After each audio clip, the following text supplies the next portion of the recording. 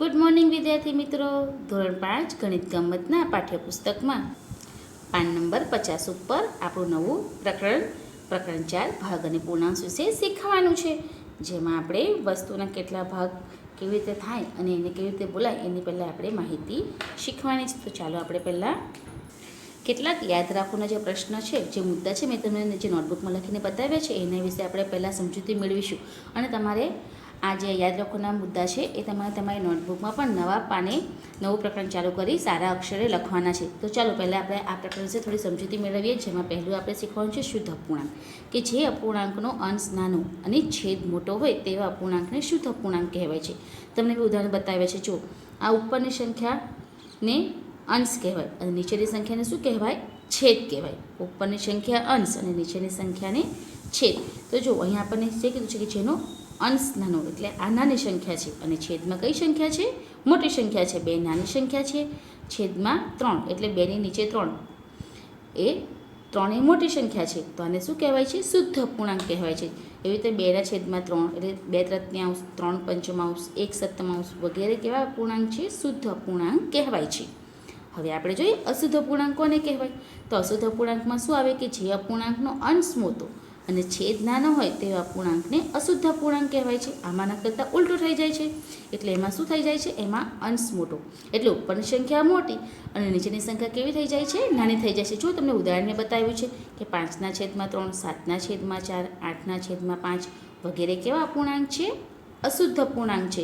તમારે આ વિગતો તમારી નોટબુકમાં નવા પાને પ્રકારની શરૂઆત કરીને લખવાની છે. અથવા આગળ શું કીધું છે? અશુદ્ધ અપૂર્ણાંક બીજા કેવા હોય છે કે જે અપૂર્ણાંકની કિંમત 1 કરતાં વધારે હોય તેવા અપૂર્ણાંકને અશુદ્ધ અપૂર્ણાંક કહેવામાં આવે છે. આ એની બીજી વ્યાખ્યા છે. તો જુઓ આગળ આપણે હવે કેવી રીતે બોલવાનું છે કે એના 1/3 ભાગ કયો એક આપણે શીખીએ. તો જો કોઈ પણ વસ્તુના 2 સરખા ભાગ કરીએ તો દરેક ભાગ આખી વસ્તુના અડધા ભાગ કહેવાય છે. એટલે જો કોઈ પણ વસ્તુ, જો મેં તમને અહીંયા આકૃતિ કરી બતાવી છે એક લંબચોરસ છે. આ વસ્તુ પહેલાં આખો ભાગ હતી, પછી મેં એને વચ્ચેથી એને અડધો ભાગ કરી નાખ્યો. એટલે આ અડધો ભાગ જે કહેવાય એને શું કહેવાય? 1/3.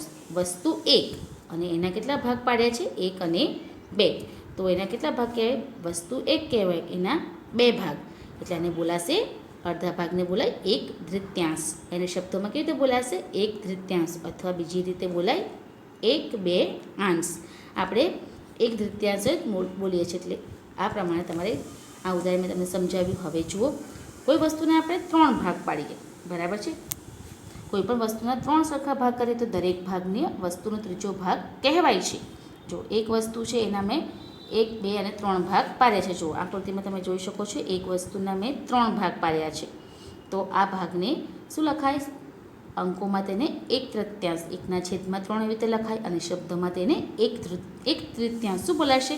પેલું 1/2 હોય તો તૃતીયાંશ બોલાય અને 1/3 હોય તો તૃતીયાંશ બોલાય. શું બોલાય? તૃતીયાંશ અથવા 1/3 બોલાશે.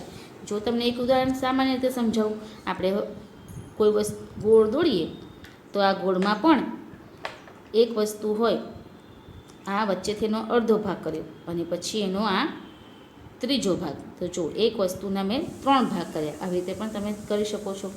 જો હવે આગળ તમને સમજાવ્યું છે કે કોઈ પણ વસ્તુના 4 ભાગ કરીએ તો દરેક ભાગ આખી વસ્તુનો ચોથો ભાગ કહેવાય છે. એટલે એક વસ્તુના 4 ભાગ. આપણે એક સફરજન હોય એના 4 ટુકડા કરીએ તો સફરજન તો એક થયું, પણ એના ટુકડા કેટલા થયા? 4 ટુકડા થયા ને.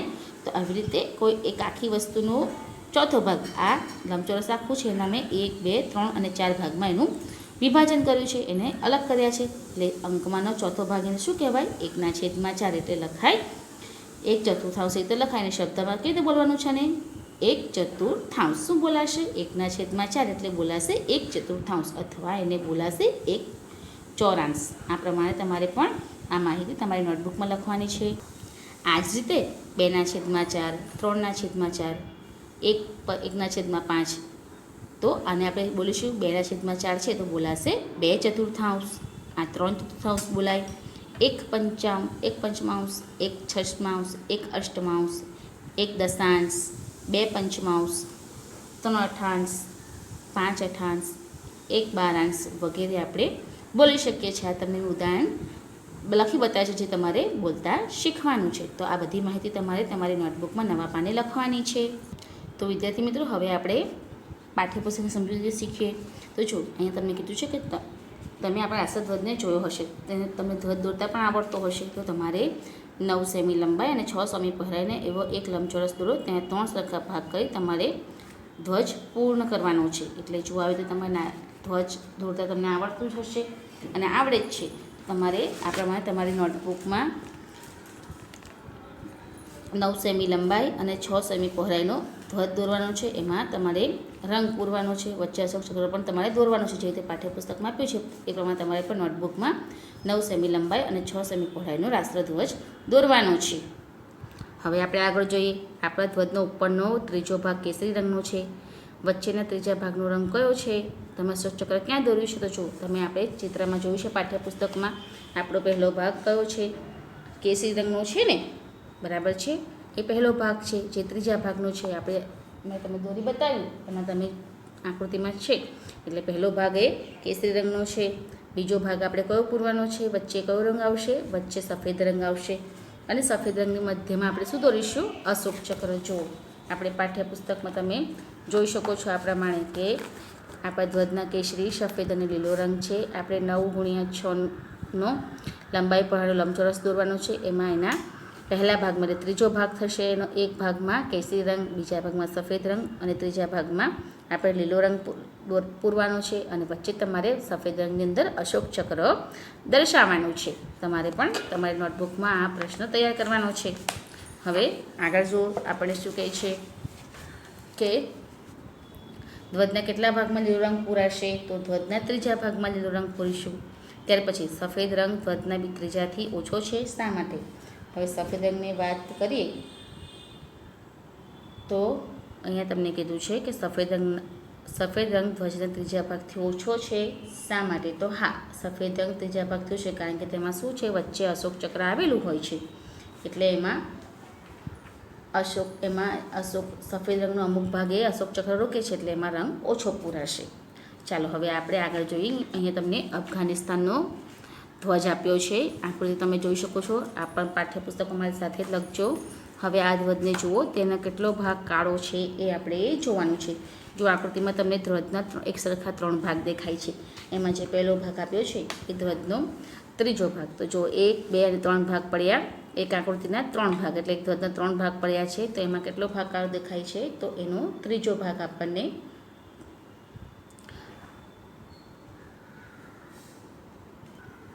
કાળો દેખાય છે, બરાબર છે. એનો પણ ત્રીજો ભાગ આપણને કાળો દેખાય છે. કયો ભાગ એને લખવાનું?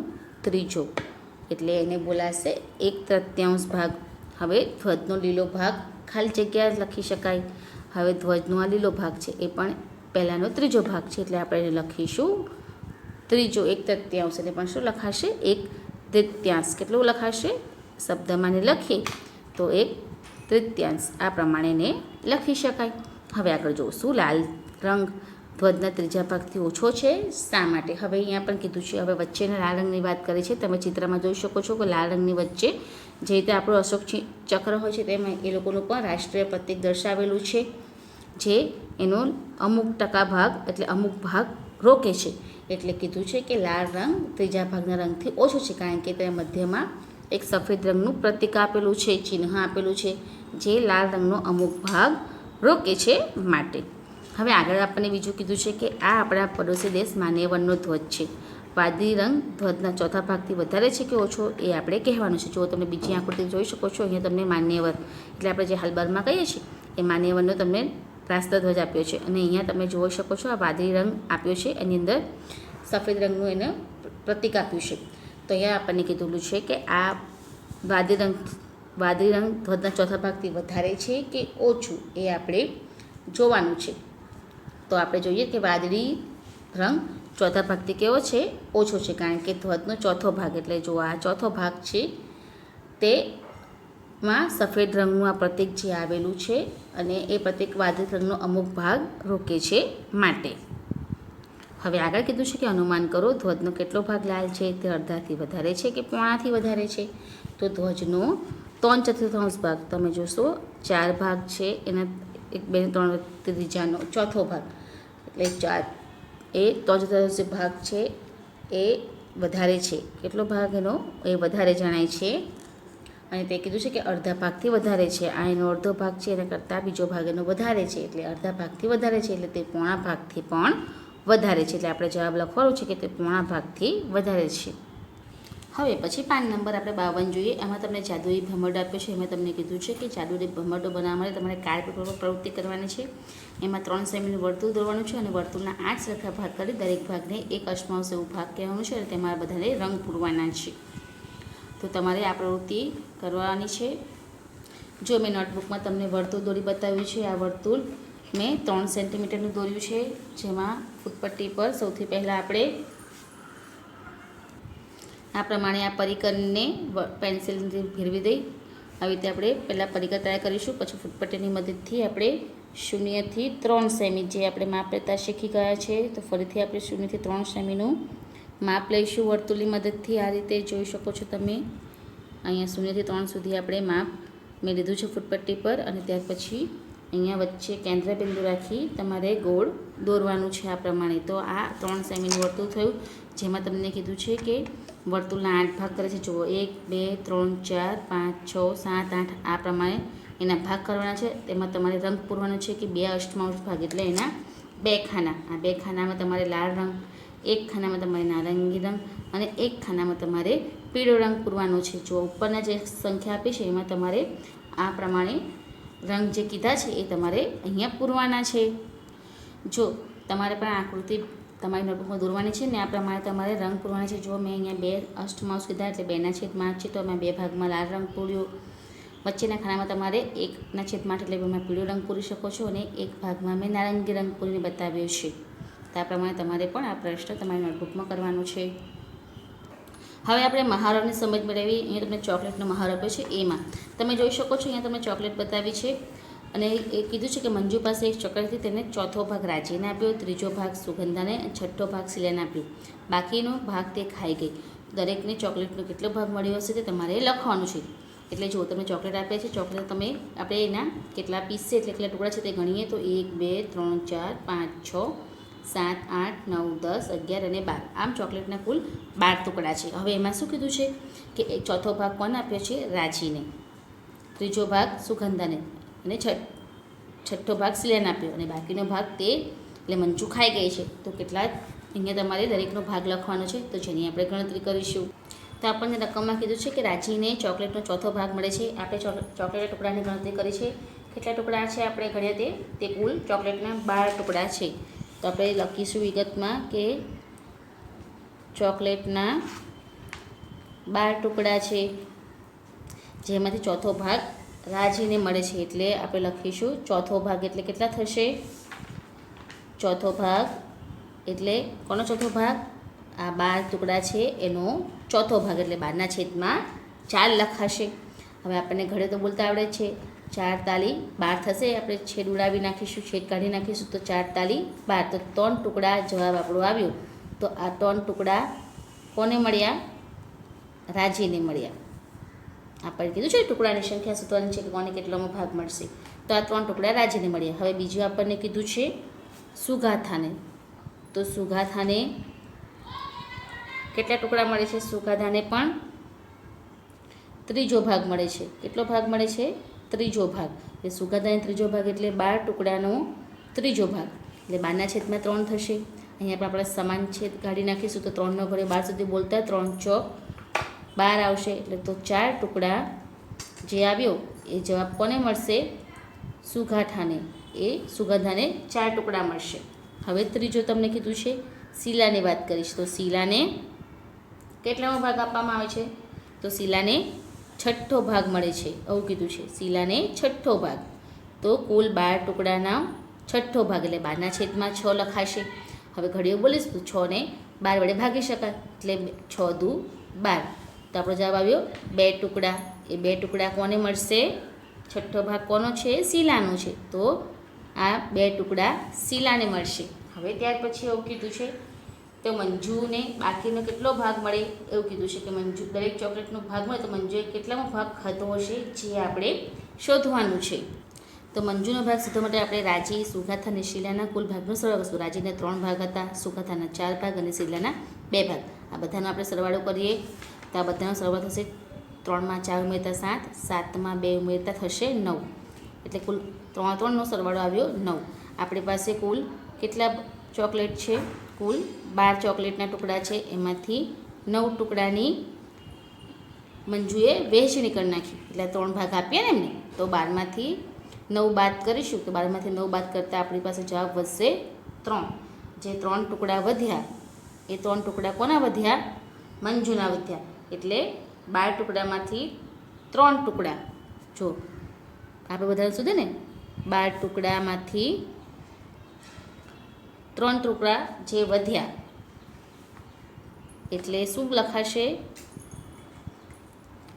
3/12 આવી રીતે લખાશે 3/12. તો જવાબ આપણો કેટલા આવશે? 1/4. તો 1/4 ભાગ આ આપણો જવાબ આવશે. કે કેટલા ટુકડા મળ્યા, કેટલા ભાગ ખાધો? તો એના 12 ટુકડામાંથી 3 ટુકડા એટલે 3/2 એટલે 1/4 આપણે 12/3 કરીશું. 3 ચોક 12 થશે એટલે 1/4 ભાગ આપણો જવાબ આવશે. તમારે પણ આ પ્રમાણે ગણતરી તમારી નોટબુકમાં દર્શાવવાની છે. પહેલાં રકમ લખવાની છે અને રકમ લખી આ પ્રમાણે તમારી ગણતરી નોટબુકમાં કરવાની છે. હવે આગળ બી જોઈએ. ટોપીમાં રંગ પૂરો. તમને કીધું છે 1/4 ટોપીમાં લાલ રંગ, 3/5 ટોપીમાં વાદળી રંગ પૂરવાનો છે અને શોધવાનું છે કે તમે કેટલી ટોપીમાં લાલ રંગ પૂર્યો છે. તો જુઓ, અહીંયા તમને ચિત્ર આપ્યું છે, એમાં ટોપીની સંખ્યા તમારે ગણી લેવાની છે. ટોપીની સંખ્યા આપણે ગણી તો ટોપીની કુલ સંખ્યા આપણી પાસે 15 આપી છે. બધાના માથા પર ભેગા મળીને કુલ 15 ટોપી આપણને કીધી છે. જેમાં આપણને કીધું છે કે 1/3 તમારે લાલ રંગ પૂરવાનો છે. એટલે 15 ભાગ્યા આપણે 1/3 કરીશું. એટલે 15માંથી 1/3 ભાગમાં એટલે આપણે 15 છે, 15 કુલ ટોપી છે, 1/3 ભાગ કીધો છે એટલે 15 ભાગ્યા આપણે 3 કરવાના છે. 15/3 કરીશું તો 3 ઘડે 5, 15 સુધી બોલતા 3×5 15. તો 5 આવ્યા. 5માં 5 ટોપીમાં આપણે કેવો રંગ પૂરીશું? લાલ રંગ. જો મેં તમને કરી બતાવ્યું છે કે 5 ટોપીમાં તમારે લાલ રંગ પૂરવાનો છે. હવે એવી રીતે જુઓ, 3/5 ટોપીઓમાં તમારે વાદળી રંગ પૂરવાનો છે. હવે 3/5 ટોપી કીધી છે. આપણી પાસે ટોપીની સંખ્યા મેં ઘણી બતાવી છે, એ આપણી પાસે 15 થઈ છે. હવે 15ના 3/5 કીધા છે એટલે આપણે અહીંયા 15 × 3/5 આ રીતે લખી શકીશું. તો અહીંયા જો 5 તાળી 15 થશે, 3 વધ્યા અને 3 અને 3નો ગુણાકાર 3 તાળી કેટલા થશે? 9. 9 થયા ને. તો અહીંયા તમારે આ 9 ટોપીમાં 9 ટોપી તમારે ગણવાની અને એમાં તમારે વાદળી રંગ પૂરવાનો. એટલે અહીંયા કીધું છે કે 9 ટોપીમાં તમારે વાદળી રંગ. હવે તમે કીધું છે કે તમે કેટલી ટોપીમાં લાલ રંગ પૂર્યો અને કેટલી ટોપીમાં વાદળી રંગ પૂર્યો. તો મેં તમને ગણતરી બતાવી કે 5 ટોપીમાં આપણે લાલ રંગ પૂર્યો અને 9 ટોપીમાં આપણે વાદળી રંગ પૂર્યો છે. હવે આગળ કીધું છે તમને અહીંયા કે ટોપીઓના કેટલા ભાગમાં તમે કોઈ રંગ પૂર્યો નથી, એવું આપણને કીધું છે. તો આપણે જોઈએ તો આપણી પાસે ટોપીઓની કુલ સંખ્યા કેટલી હતી જે આપણે ગણતરી કરી. તો પહેલા ભાગમાં આપણે 5 ટોપી અને બીજા ભાગમાં આપણે 9 ટોપી એટલે 5 અને 9નો સરવાળો કેટલો થયો? 14 થયો. 5 + 9 બરાબર 14 થયા. આપણી પાસે ટોપીની સંખ્યા કેટલી છે? 15 આપી છે. તો બંને ટોપીનો સરવાળો લાલ અને વાદળી રંગનો સરવાળો એ 14 થયું. તો આપણે 15માંથી 1 બાદ કરીએ, આપણે 15માંથી 14 બાદ કરીએ. આ જે બે સંખ્યાનો સરવાળો બાદ કરીએ તો 15માંથી 14 જાય તો એક ટોપીમાં આપણે રંગ પૂર્યો નથી. એ તમારી ગણતરી આવશે જે તમારે અહીંયા ચિત્રના આધારે કરી દેવાની છે. ચાલો હવે આગળ સીમાં જોઈએ. ત્રિકોણના સરખા ભાગ તમને કીધા છે. અહીંયા તમને કીધું છે કે સફેદ રંગના ત્રિકોણના 3 સરખા ભાગ તમને કરીને બતાવેલા છે કે દરેક ભાગમાં તમારે અલગ અલગ રંગ પૂરવાનો છે. અહીંયા તમે 3 ભાગ બતાવ્યા છે ત્રિકોણના, તેમાં તમારે દરેક ખાનામાં અલગ અલગ રંગ પૂરવાનો છે. એ તમારે હોમવર્કમાં કરવાનું છે. અને બીજી આકૃતિ પણ તમને કીધું છે. આ બીજી આકૃતિ પણ મેં તમને આ પ્રમાણે ખાલી ત્રિકોણમાં દોરી બતાવી છે, જેમાં પણ તમારે 3 ખાનામાં અલગ રંગ પૂરીને પાન નંબર 53 પૂરું કરવાનું છે. હવે પાન નંબર 54 ઉપર તમને ડી આપ્યું છે. લંબચોરસના તમારે 6 ભાગ કરવાના છે. તમને રાણીએ લીલા લંબચોરસના 6 સરખા ભાગ કરે છે. જો આ પ્રમાણે એક લંબચોરસ દોરવાનું છે જેને તમારે એક સરખા 6 ભાગ કરવાના રહેશે. એક ઉદાહરણ તમને આપ્યું છે. બીજું ઉદાહરણ જો મેં તમને અહીંયા આ પ્રમાણે લંબચોરસ દોરીને આપ્યું છે, તેમાં તમને મેં આડી લાઈન અને ઊભી લાઈન કરીને લંબચોરસના ભાગ કરી બતાવ્યા છે. એમાં 3 લંબચોરસની બીજી કોઈ રીતે તમારે 6 સરખા ભાગ કરીને બતાવ્યા છે. જો આ એક ઉદાહરણ તમને બતાવ્યું. અહીંયા તમને આ બીજા બે ઉદાહરણ પણ મેં તમને દોરીને તમારા પાઠ્યપુસ્તકમાં બતાવ્યા છે. એ પ્રમાણે તમારે પણ લંબચોરસને 6 અલગ અલગ રીતે આ રીતે દર્શાવવાના તમારા પાઠ્યપુસ્તકમાં રહેશે. તો વિદ્યાર્થી મિત્રો, આજે આપણે ભાગ અને પૂર્ણાંકમાં પાન નંબર 50થી પાન નંબર 54 સુધી જે પ્રશ્નો શીખ્યા એ તમારે તમારી જે ગણતરી છે નોટબુકમાં દર્શાવવાની છે અને બાકીના પ્રશ્નો તમારે તમારા પાઠ્યપુસ્તકમાં પણ લખવાના છે. અને હા, જે યાદ રાખવાના પ્રશ્નો મેં તમે નોટબુકમાં લખવાની સૂચના આપી એ પણ તમારે સારા અક્ષરે લખવાના રહેશે. તો હવે પછીના વિડીયોમાં આપણે ફરી મળીશું.